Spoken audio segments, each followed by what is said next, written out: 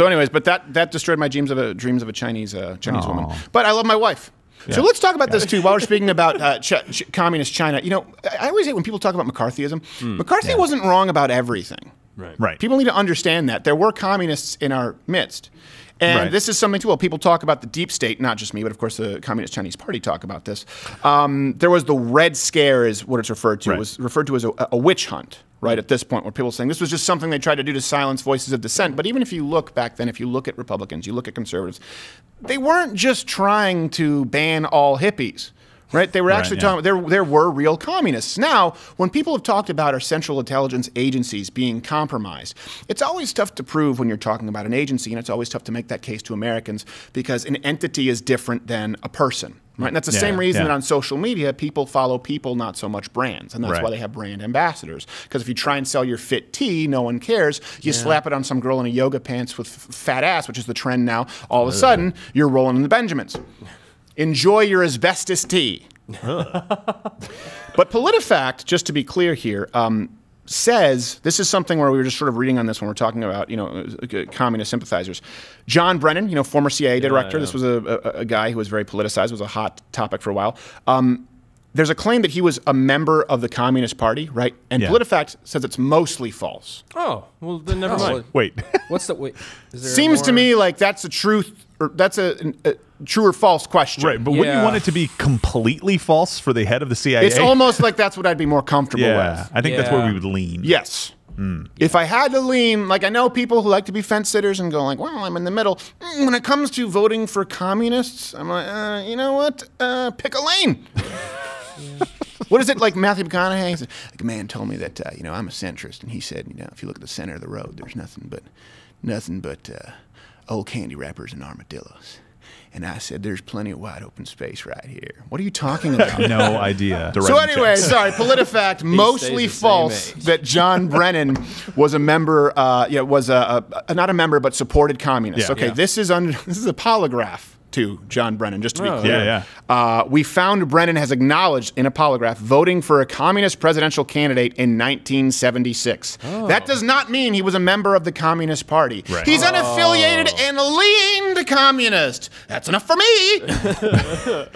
I wonder what he would actually have to do to be completely false in that, right? To go to the completely false let me clarify that too. He's not like just like Bernie, you know, who honeymooned in the USSR, which still, again, is not a joke.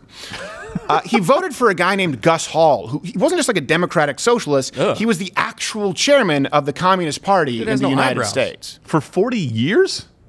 Good Lord. Well, I don't understand how you lean communist, where it's like, do you abolish some property? Right, or like, just the ones you like. You know, take some of the means of production away from the, I don't know. No, that's old school communism. They're using panzers, tanks. You just give me a Jeep Wrangler with an AR on the top. I'm good. Maybe a puckle gun. That's all we need. We don't need all the pomp and circumstance. The pageantry's exhausting. Hold on, I have to go bang Eric Swalwell. So think about it. They're banging our representatives. We have a former head of the FBI who voted for the Communist Party. And I will say this, okay? I understand that people change their opinions. Right. Sure. I understand that. But unless somebody comes out and totally, utterly rejects the Communist Party and their own communist vote, I can never trust them. You could hold a gun. I don't understand how you change that much.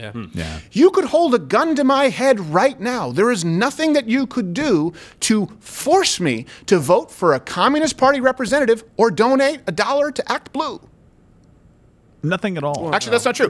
Everyone here donated $1 to Act Blue when we had to be at the Texas Democratic Convention and we created the Open Minds for America. We were the spies. $1. But you weren't having sex with people, right? And we were promptly kicked out.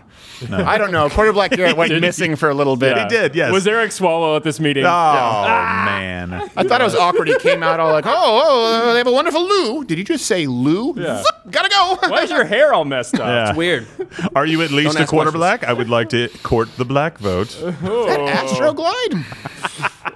So let's set this up. We have members of our central intelligence agencies who voted for the Communist Party, and people say, oh, it's just crazy conspiracy. Do you think that someone who's voted for a communist, an actual self-avowed communist, the representative, the head of the Communist Party, do you think that person might have a vested interest in getting rid of the one president who has fought vehemently against the Chinese Communist Party? What about Eric Swalwell, who at the time, he was saying they're not really a threat, and he was demeaning, degrading President Trump and his supporters. By the way, his supporters, many of you out there, aren't necessarily this involved. This is what's important. The American workers aren't this involved in the politics, and I don't expect if you pull them off the street to ask them about, you know, what kind of nipple twisting Eric Swalwell experienced from Fang Fang, or Brennan, who Brennan voted for, which person was running for the Communist Party ticket that year. They probably wouldn't know, but they had a problem with the Chinese Communist Party for the same reason that the citizens of China have a problem with the Communist Chinese Party, that they abuse laborers and that it's an unfair playing field. And surprisingly, listen, this is why I say I was wrong. The billionaire from New York is the president who came in, stuck a boot up their ass more than anyone, and has fought on behalf of the average American worker. It used to be you either had people who were wealthy elites in the Democrats or Republicans, and the wealthy elites in the Democrats just tried to claim they were for the worker by being supported by union dollars who give more to presidential campaigns or politics in general than any mean, dark Koch brother figure you can picture. But now we actually have a president who instituted policies because he believed and defended the rights of the American worker. Who'd have thought that the out-of-touch billionaire would do that? And who'd have thought, when you have all these accusations of Donald Trump, that the person banging several Asian glorified spy hookers on the side was Eric Swalwell? And who would have thought now that Joe Biden coming in, and by the way, we don't necessarily know what's on that laptop because of fake news with Hunter Biden, but something to do with China and some implications there. I don't know, I don't want to get into it too specifically, but speaking of Chinese patsies, you know who might be appointed now to an ambassadorship for China? Good old Midwestern sensibilities, Pete Buttigieg. Oh, boy. Pete Buttigieg. And by the way, the fact that it's there in the South China Morning Post tells you where they line up. He seems pretty excited about it. They're practically playing bugles. It's the gay guy. Send in the different spies. Can't use Fang Fang. Oh, no, too bad we killed all the gay ones. Someone get the prosthetics.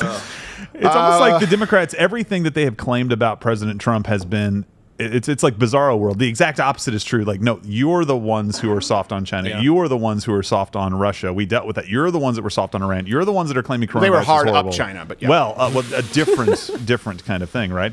And you're the ones who are not for the working class. It's like every single thing that they say, they do the exact opposite of that. And I'm not like just coming to that conclusion, but it's just so obvious every time, but not reported. It seems like when we talk about common ground, can we come? Well, actually, first it might be Pete Buttigieg. But I'm getting breaking news that actually it is going to be Pete Buttigieg, the ambassador to China, and we have the announcement. Discomfort, irritation, embarrassment. No, that's enough. I don't want to do that. Let's recap the timeline as though that never happened. Yeah, I felt like it was about to get Eric Swalwell banging Chinese spies on video, saying China's not a threat. Dianne Feinstein saying that the Chinese government has been beneficial economically and culturally to Americans. Former FBI director, who everyone said it was some gross conspiracy when they said that he had ulterior motives, voted for the head of the Communist Party. Looking out for you, folks. That's what you can expect with your president-elect. It's time for healing. I say that in quotes because it's not real. And banned. Watch Good Morning Mug Club live every Monday through Thursday at 10:15 Eastern.